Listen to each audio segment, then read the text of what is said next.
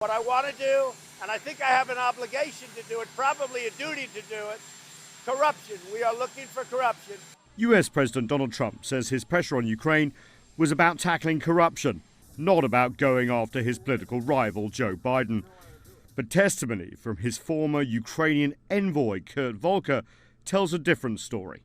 Volker revealed text messages between himself, Bill Taylor, the acting top US diplomat to Ukraine, Gordon Sondland, the US ambassador to the European Union, and an aide to President Zelensky of Ukraine. The messages seem to back claims that a visit to the White House by Ukrainian president and some $400 million of US military aid may have been held up until the Ukrainian government started investigating.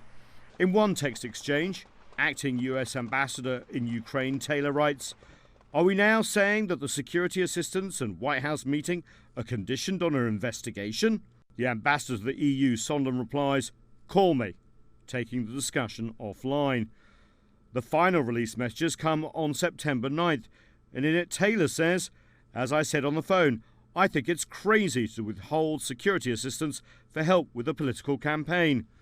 Sondland's reply has a much different and more formal tone than previous texts.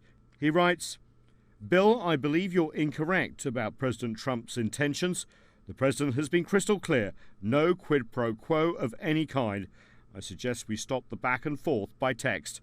The White House points to that last message as proof that Trump did not want anything in return from the Ukrainians and was simply pursuing legitimate US policy goals. Democrats are saying this message shows diplomats realize this was becoming a potentially damaging issue and that they should stop texting about it. But what the texts do show is this issue goes far beyond the now infamous demand from President Trump, in which he told Ukrainian President Zelensky, "I would like you to do us a favor, though," during the July phone call.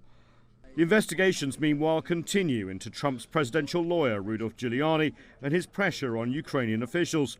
Lawmakers are also looking at Vice President Mike Pence's actions and whether he pressured the new government in Kiev, as well as any role US Secretary of State Mike Pompeo and Attorney General William Barr may have played.